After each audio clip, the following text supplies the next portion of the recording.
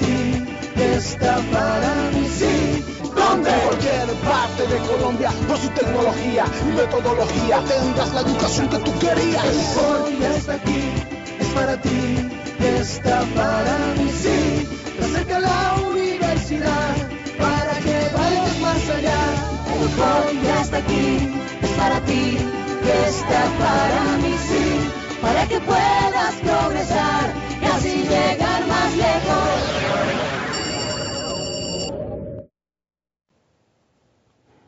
Muy buenas tardes, estimados estudiantes. Muy buenas tardes, profesora Marla.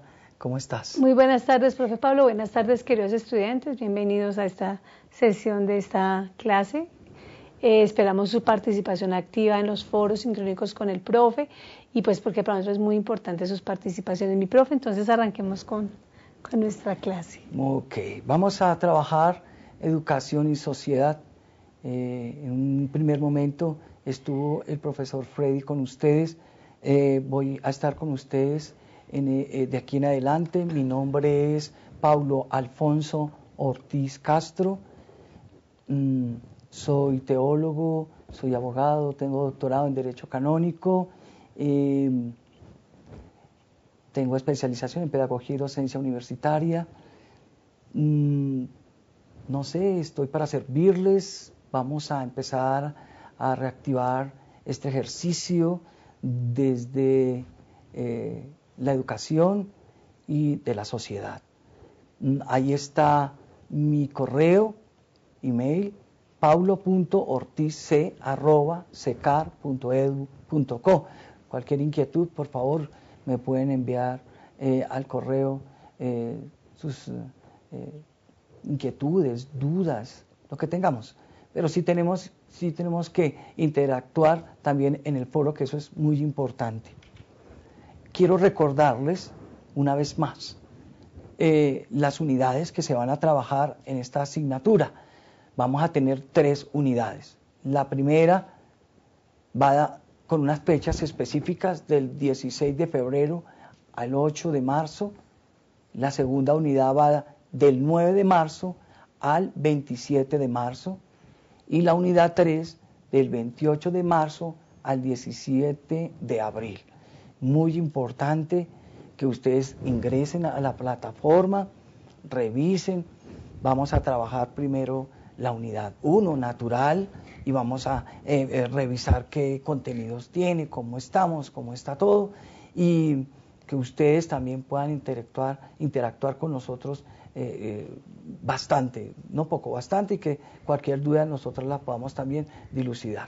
Estas fechas son importantes de tener en cuenta porque es la extensión de la unidad, es ese tiempo, y de esa misma manera las actividades calificables están extendidas en esas fechas. Hay muchos estudiantes que de pronto dirán, profe, que no tienen activada la plataforma aún, pero eso ya está en proceso y se están matriculando los estudiantes de una forma activa durante esta semana, para tratar de que todos tengan su plataforma lo antes posible. Entonces ya la próxima clase, estas 2 primeras clases son la inducción, las generalidades de todos los procesos, y ya desde la próxima empezamos con un trabajo más formal a partir de todas las aulas que ustedes ya tendrían habilitadas y podrían participar de mejor manera, mi profe. Muy bien, muchas gracias, profe Marla, porque esa información es muy importante para cada uno de ustedes, incluyéndonos a nosotros también. Vamos a analizar, romper el hielo, decimos nosotros, con una frase muy hermosa de Nelson Mandela. Revisen, miren el monitor, esta diapositiva dice: la educación es el arma más poderosa que puedes usar para cambiar el mundo.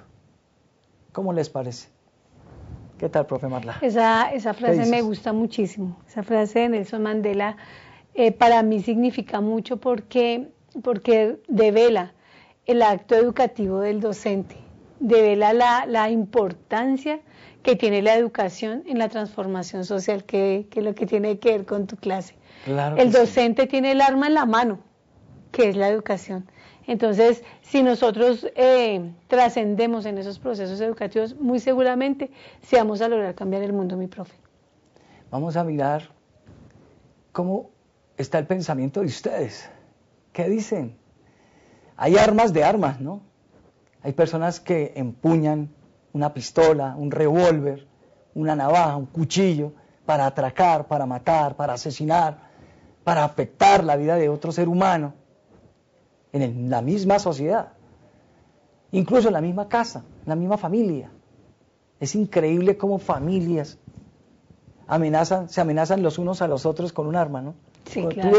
un caso, me voy a apropiar de alguna manera con casuística. La casuística ayuda muchísimo, los casos también ayudan a dilucidar muchísimo el tema. Conocí el caso de una mujer que le sacaba cuchillo a su esposo todas las mañanas, como dice la propaganda, todas las mañanas a salir al sol, ¿no?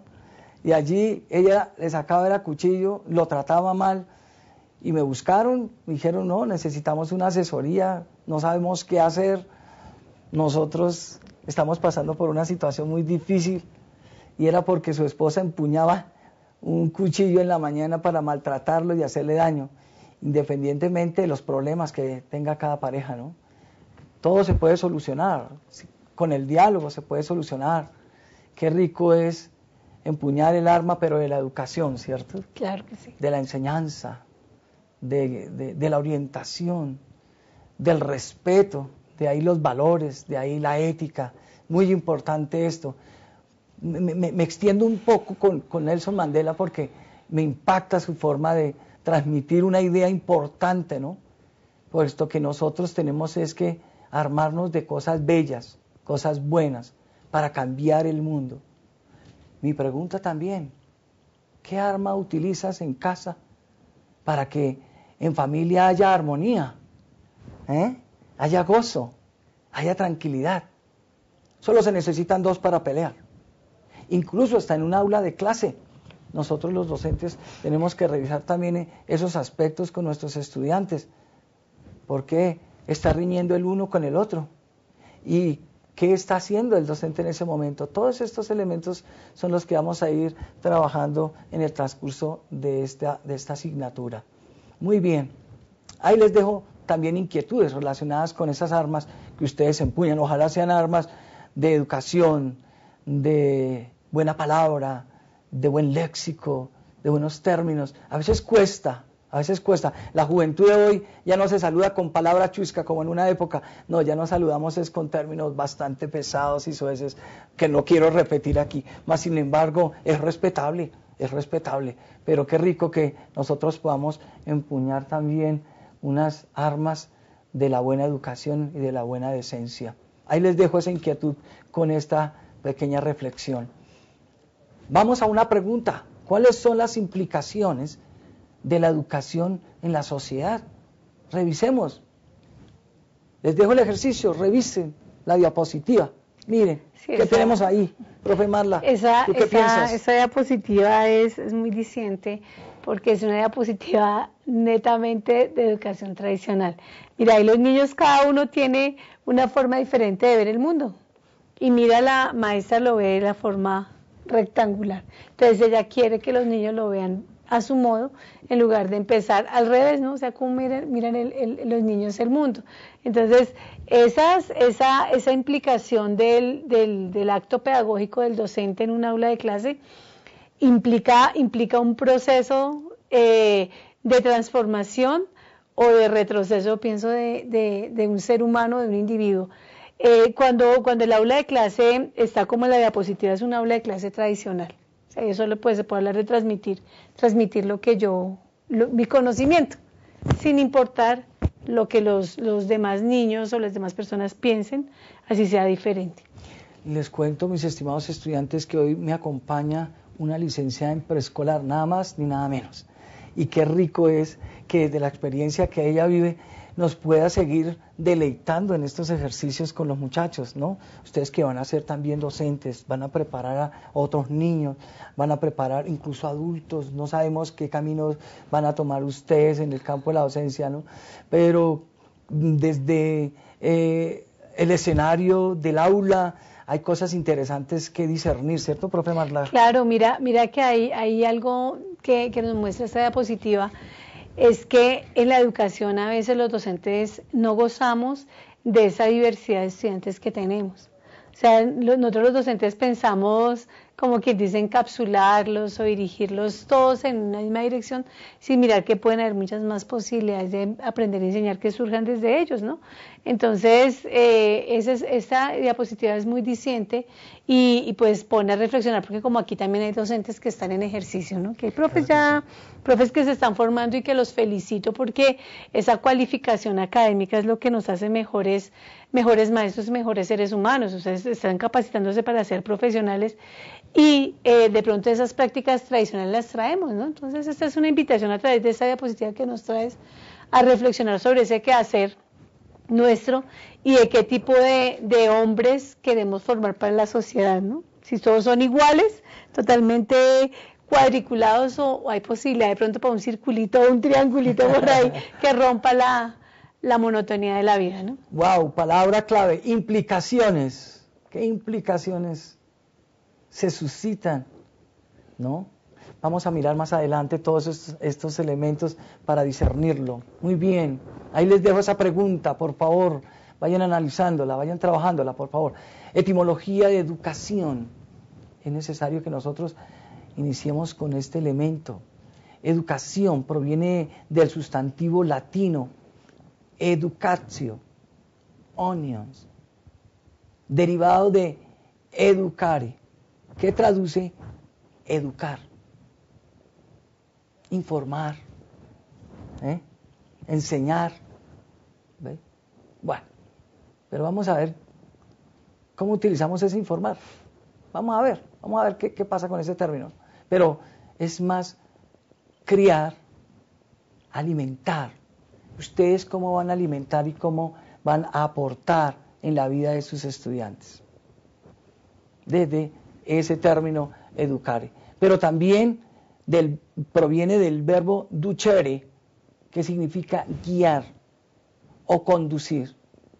Pues mis estimados estudiantes, miremos a ver qué nos regala a nosotros la pedagogía,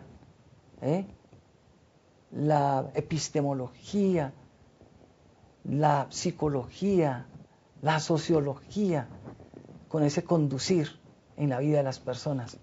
Claro, desde estas ciencias tan importantes. Antes, perdón, te interrumpo, profe Pablo. En la antigua Grecia y en la antigua Roma, el papel del maestro era ese.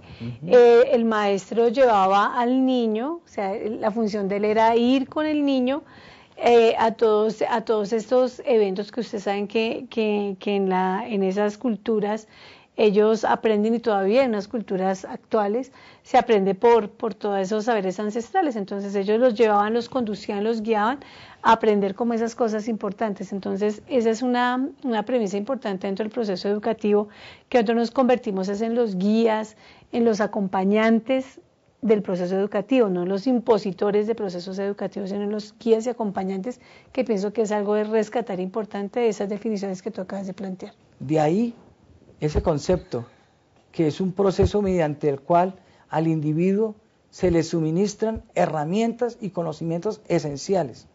Herramientas. ¿Qué herramientas? No es solamente el cuaderno, como en algunas otras clases he tratado, que no es solamente un cuaderno, un libro, sino también hay herramientas personales. ¿Qué ejemplo de vida está dando el docente? ¿Qué ejemplo de vida está dando la persona que está orientando ese conocimiento? Es muy importante revisar eso, ¿cierto, profe Marla? Porque si nosotros no damos un buen testimonio de vida, pues es difícil. La cuna de los valores, la cuna de la ética, la cuna de la buena educación está en casa, está en la familia. Si nosotros como padres no sabemos dar cosas buenas a nuestros hijos, ¿qué pueden dar ellos a la sociedad? Difícil. Nadie puede dar de lo que no tiene, nadie puede dar algo bueno si no lo tiene. Y si lo tiene, qué rico, pues va a ser un mundo maravilloso, pero si no, ahí tenemos también elementos, herramientas esenciales desde ese educare, ¿no? Desde esa educación. De ahí que también tenemos otro concepto importante que comienza desde su infancia, que comienza desde los pequeños. al ingresar en institutos llamados escuelas o colegios, en donde una persona previamente estudiada y educada implementará en el pequeño identidades. ¿Qué identidades? ¿Qué le va a llevar? ¿Qué le va a dar? ¿Qué le va a ofrecer? Ahí dice valores éticos, pero también cultura. Nosotros tenemos que ser creativos también en las aulas de clase para poder entregar buenos elementos de guía, de orientación. Y no solamente para mañana, sino también para el futuro. Los profes de preescolar tienen una función preponderante en este proceso de educación y de lanzar a estos niños a la sociedad. La educación de primera infancia venía siendo desconocida, profe Pablo, hasta el gobierno del presidente Santos, en donde empezó a convertirse casi que en una política de Estado la atención a la primera infancia, y fue donde surgió todo el proceso de verdad de prestarle atención a todo lo que se trabajaba en los jardines y escuelas para primera infancia. Pero entonces cuando hablamos de esa transición que el niño tiene en preescolar, los niños son felices en el colegio. O sea, eso es algo bien importante, porque ellos aman sus profes, aman lo que hacen. Para ellos es una alegría, una felicidad ir al colegio. Ingresan a la escuela formal, como tú hablas ahí de escuelas y colegios, y hay una ruptura total en esos procesos educativos y formativos de los niños. Entonces también debemos entender que la educación debe ser un proceso y debe prepararse también al niño para esa transición de la escuela de la primera infancia a la escuela tradicional. Entonces a la escuela rural, a la escuela pública, al colegio, a la institución educativa, a lo que él vaya a ingresar, se pretende que haya como un espacio de acoplamiento. Las comunidades indígenas trabajan con la experiencia muisca, aquí en Bogotá, de la parte de Bosa, y ellos, obviamente, como trabajan todo su preescolar a partir de la cultura, tú hablabas de la parte cultural, y eso es importante. O sea, de esta clase tan interesante de educación y sociedad tiene que ver también con el respeto a nuestra parte cultural. Y ellos trabajaban precisamente en esa transición que tenía el niño del preescolar muisca a la escuela, porque ya era una escuela formal, una escuela diferente, y ellos empezaban a hacer el acompañamiento de los niños. Entonces yo pienso que también se debe revisar ese proceso, mi profe. De ahí que Kant y Platón nos da unos tips importantísimos. Miremos la diapositiva. Kant, referencia, tiene por fin el desarrollo en el hombre de toda la perfección. Para Kant eso es educación. Tiene por fin el desarrollo en el hombre de toda perfección. ¿Qué busca la educación? Pues un buen desarrollo en la persona humana. Sean hombres de bien. No solamente genios, no solamente personas que epistemológicamente lo tienen todo, lo conocen todo, pero también hay que mirar cómo está la esencia en el desarrollo de ese hombre como ser y como persona, ¿verdad? Y de ahí que hay que ser integrales en todas las áreas. Y Kant nos está pidiendo, nos está diciendo, nos está casi manifestando que su naturaleza la lleva consigo. O sea que nosotros somos tan naturales en nuestro quehacer y en nuestro hacer, para dar una vivencia educativa también a los demás. Y repito, no solamente en un aula de clase, sino también en la sociedad. De ahí, educación y sociedad. Platón, educar es dar al cuerpo y al alma toda la belleza y perfección de que son capaces. ¿Qué piensas de esa frase de Platón? Es muy hermosa, porque amplía ese campo del proceso educativo a ir más allá del aula. Yo diría que el formar no solamente está en dar de pronto algunos conceptos, unos conocimientos, sino tratar de educar de forma integral. O sea, que el ser humano sea capaz de enfrentarse a la vida y capaz de desarrollar su parte artística, su parte cultural, su parte cognitiva, su parte social, que sean individuos socialmente activos, que sean individuos que sean integrales, que aprecien el arte, que aprecien la belleza, que se desarrollen de una manera tal a través de la educación que puedan ser seres humanos útiles a la sociedad y que sean seres humanos que transformen la sociedad. Tú lo has dicho, profe Marla, ¿no? A la sociedad, conceptos de sociedad. Miremos ahí unos puntos importantes, conjunto de personas que se relacionan entre sí, conjunto de personas que se relacionan entre sí. ¿Cómo estás tú en la universidad? ¿Cómo estás tú en el colegio? ¿Cómo estás tú en la familia? ¿Cómo estás tú en un evento cultural? ¿Cómo estás? De acuerdo a unas determinadas reglas de organizaciones jurídicas y consuetudinarias y que comparten una misma cultura o una civilización en un espacio o en un tiempo determinado.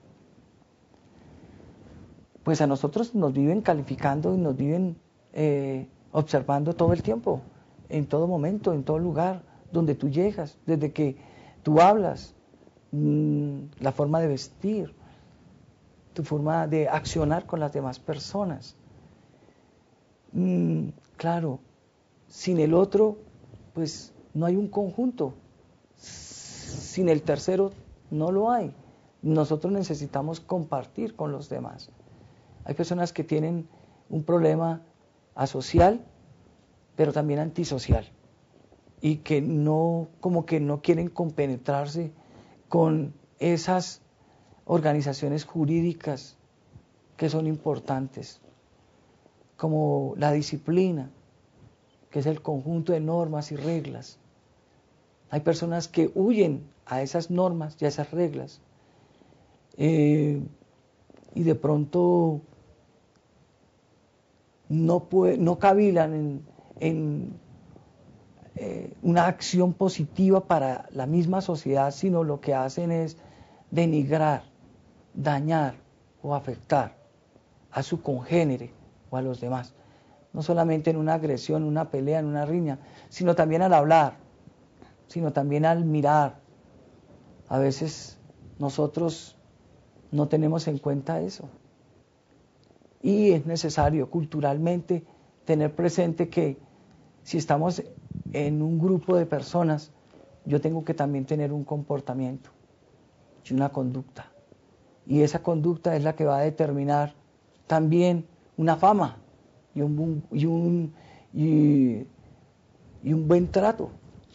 Y así sucesivamente, relacionado con las normas y las reglas. Hay personas que no les gustan las normas, hay personas que no les gustan las reglas, no. Hay personas que les gusta llevarle la contraria a todo el mundo, hay personas que se suben a un bus, a un Transmilenio, y lo que hacen es buscar pelea, riña, desasociar, nomás en la casa. En fin, hay muchas situaciones que se pueden prestar, pero qué rico es también tener presente una buena civilización, una buena educación. La sociedad es, el ser humano es un ser social y en la primera infancia es donde se construyen las primeras bases de comportamiento social del estudiante. Los niños básicamente van a una institución educativa en primera infancia a aprender a socializarse. Uno dice, el niño necesita socializarse, aprender a vivir con otros, empezar a pasar las etapas del egocentrismo, empezar a pasar muchas cosas que solamente se dan en ese proceso social. O sea, es tan importante la parte social y es tan necesario aprender a convivir con ella. Y en el aula se generen todos esos elementos que nos permiten vivir en sociedad, la tolerancia, el respeto, que se llene el aula de clase de todos esos preceptos o conceptos que nos permiten vivir adecuadamente en sociedad. El vivir en sociedad nos garantiza el éxito. O sea, si nosotros no aprendemos a convivir en sociedad, si no aprendemos a ser seres sociales, a ser seres que comparten, que trabajan en equipo, pues muy seguramente en esta sociedad del siglo XXI no vamos a tener ningún tipo de éxito y no vamos a poder a veces ni desempeñarnos laboralmente. porque la sociedad actual lo que promueve es ese trabajo en equipo, ese trabajo social, ese trabajo de acompañamiento, de compañerismo, de desarrollar procesos en equipo. Y si no se genera eso desde la misma educación, desde la misma aula de clase, todo el trabajo de aprendizaje basado en proyectos, aprendizaje basado en problemas, todo el aprendizaje que se gesta en este siglo XXI actual, tiene que ver con ese trabajo en equipo. La segunda observación, el segundo punto, dice sistema organizado de relaciones que se establecen entre este conjunto de personas. Aprender a vivir en sociedad sí, no es fácil. Difícil. La verdad, qué rico es que nosotros podamos aprender a vivir en sociedad, en comunidad. Vuelvo y digo, se necesitan dos para una riña o para una disputa. Eso es querella. Verse cara a cara y discutir, a veces de cosas vanas que no tienen ni siquiera sentido. Qué rico que ustedes desde sus casas o donde se encuentren en estos momentos puedan analizar cómo estoy yo en sociedad, cómo me encuentro en familia, cómo me encuentro como futuro profesional y como futuro educador. Hay también una importancia de la educación en la transformación de la sociedad. Esto aquí es clave. Traje unos ítems para analizar, que son de talla importantes. Nosotros no podemos dejar a un lado el aula, el colegio, la escuela. No, miremos aquí, observemos la primera. La sociedad espera que la escuela imparta la mejor formación y entrega en sus manos lo más querido para ellos, que son sus hijos. Cuando nosotros llevamos por primera vez a nuestros hijos a la escuela o al colegio, se empiezan a dar emociones diferentes. Unos niños ya quieren entrar, otros niños se pegan al brazo de la mamá o del papá. Pero también es importante mirar hasta dónde llega la responsabilidad de una institución educativa para recibir sus niños, para recibir personas, seres humanos. De ahí, importancia de la educación en la transformación de la sociedad. Yo tengo que mirar hacia eso. ¿Cómo desde la institución puedo transformar seres humanos para un mejor mañana y para un mejor futuro?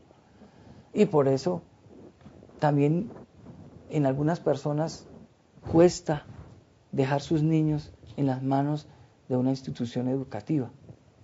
Pero vamos al segundo. Los padres de familia delegan transitoriamente sus funciones en las manos de sus maestros.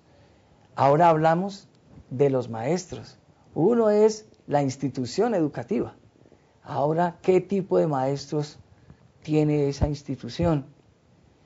¿Con qué objetivo? Con el objetivo de mirar qué le va a dar a mi hijo para transformar no solamente su propia vida, sino también la de un mundo en sociedad. Ahí viene otra. Las familias están a la expectativa de que todas las personas están entregando a la sociedad las instituciones educativas. Mire, las familias están a la expectativa, están expectantes, están ahí de qué tipo de personas están entregando a la sociedad las instituciones educativas. ¿Cómo miramos esto? ¿Cómo observamos esto? ¿Cómo lo revisan ustedes? ¿No? Hay familias, están pendientes, están ahí. Esperemos que las nuevas instituciones educativas tengan un proyecto perfecto para que entreguen a la sociedad personas de bien, éticos, con una buena moral y con una buena gestión. Es muy importante. Después vendría otro elemento, lo que se espera en el aula de clase como escenario propicio de formación. Vamos a mirar ahí ahora ¿Qué pasa en el aula de clase? ¿Qué se espera? Todos nosotros como padres de familia esperamos que los docentes sean idóneos, no solamente calificados, sino que también de mucho de sí, con un buen testimonio de vida y una buena, digamos, actividad creativa para los muchachos, para los niños o para los adolescentes. Es muy importante eso. Vamos a continuar con otros ítems. Importancia del rol del maestro en la transformación social. Ya dijimos, vamos a ver qué pasa con ese rol, lo voy a trabajar un poquito más adelante. Otro, la educación como el mejor camino para el desarrollo y progreso de los pueblos. Aquí miramos nosotros que hay que entregar lo mejor, que hay que dar lo mejor. Dice, el desarrollo y progreso de los pueblos. Hoy día la política de nuestro país tiene muchos altibajos y ojalá se proponga desde la escuela a dar no solamente un buen desayuno o un buen almuerzo, sino que también una buena educación coherente, en un proceso pedagógico, en un proceso psicológico, en un proceso hermoso. Mire, más adelante lo tengo ahí. Todo proceso educativo en el ámbito psicológico, sociológico y pedagógico debe verse dirigido al corazón de las personas. Ustedes y yo sabemos muy bien que si hablamos del ámbito psicológico, que se habló en el programa anterior con el profesor Freddy, tiene que ver con todas las emociones, todo lo que está ahí, ¿no? No solamente lo intelectual o lo intelectivo, sino también lo emocional, lo sentimental, lo afectivo, lo psicoafectivo, que también proyecte lo sociológico, cómo está esa mente, cómo están esas emociones en la sociedad, si es agresivo, no es agresivo, cómo manejar la agresividad en el aula, cómo manejarla. También necesitamos nosotros los docentes revisar eso, cómo manejar la agresividad en el aula, cómo manejar las dificultades que se presentan al interior de un aula, y que esas emociones sean tratadas de forma idónea para que en sociedad, con ese proceso social, sea excelente, sea bueno y que pedagógicamente trascienda. Yo diría que sí, me parece importante en todos esos puntos que se abordan en este aspecto de educación y sociedad. ¿Por qué? O sea, nosotros vemos que como tú decías ahorita, a nivel nacional el panorama de la educación no es muy promisorio, porque no existe una política pública de educación. La política pública es algo que trasciende y lleva un proceso de los países avanzados. Por ejemplo, Finlandia tiene una política pública educativa y por eso permiten que la educación sea la vanguardia sea la vanguardia del mundo. Pero en nuestro país no ocurre así, o sea, la política pública educativa va acorde al gobierno de turno. Entonces, a ese gobierno le pareció que la primera infancia ya no es muy importante, entonces le quiere dar a la tecnología la relevancia, entonces queda relegada los recursos para primera infancia y se delegan para otro tipo de cosas. Este desolador panorama de la educación nos dice, no, pues entonces aquí no hay nada que hacer. O sea, la educación, tú dices que la educación es importante dentro de las instituciones educativas, que el rol del maestro entre las instituciones hace ese proceso. Y sí, yo les quería decir eso, que desde nuestra Universidad de SECAR, que tiene nuestro modelo pedagógico cognitivo social, que se basa precisamente en ese proceso de trascendencia social, y desde ustedes, desde los lugares donde se encuentran de nuestro amado país, de nuestro amado territorio, y son maestros allá, que yo me quito el sombrero con ustedes porque son los únicos que pueden estar en esas regiones apartadas de nuestro país, haciendo país, transformando socialmente. Entonces, si usted se apropia de su labor en el aula, ¿usted puede crear trascendencia social? Claro que sí. O sea, no, el panorama a nivel nacional es desolador, pero si usted desde su aula de clase empieza a transformar la pedagogía, empieza a transformar los individuos, empieza a construir un tipo de proceso diferente. Tú hablabas de los padres de familia. Ya empieza esa relación de la escuela y familia, y donde usted empieza a generar unos talleres, unos trabajos en donde también los padres se involucren y empiecen a generar ese proceso de articulación de la escuela y la sociedad. Se generarán unos procesos educativos maravillosos. O sea, ustedes desde acá la universidad los motiva a que empiecen a transformar esas realidades educativas donde se encuentran los profes de multigrado, los profes que están en las zonas apartadas del país, donde no existe ni siquiera idea de lo que es educar. Ustedes allá tienen el granito de arena para poderlo hacer. ¿Sí? Muy bien. Vamos a ir redondeando el ejercicio, pero no puedo irme sin antes mencionar una preocupación, que es a nivel tecnológico, ¿no? Preocupación por la buena utilización de los medios tecnológicos en pro de la ciencia y las nuevas civilizaciones. Qué rico es que nosotros le podamos dar buen uso a los medios, al WhatsApp, al Internet, a los mismos medios de comunicación masiva, televisión, radio, prensa. Todo esto es importante. Y gracias, profe Marla, por traerme el ejercicio de entender, comprender que este programa va para muchas personas, va para muchas regiones del país, y que ustedes pueden en realidad sí hacer país desde donde se encuentren. Claro. Y que los medios también nos van a ayudar a trascender, ¿cierto?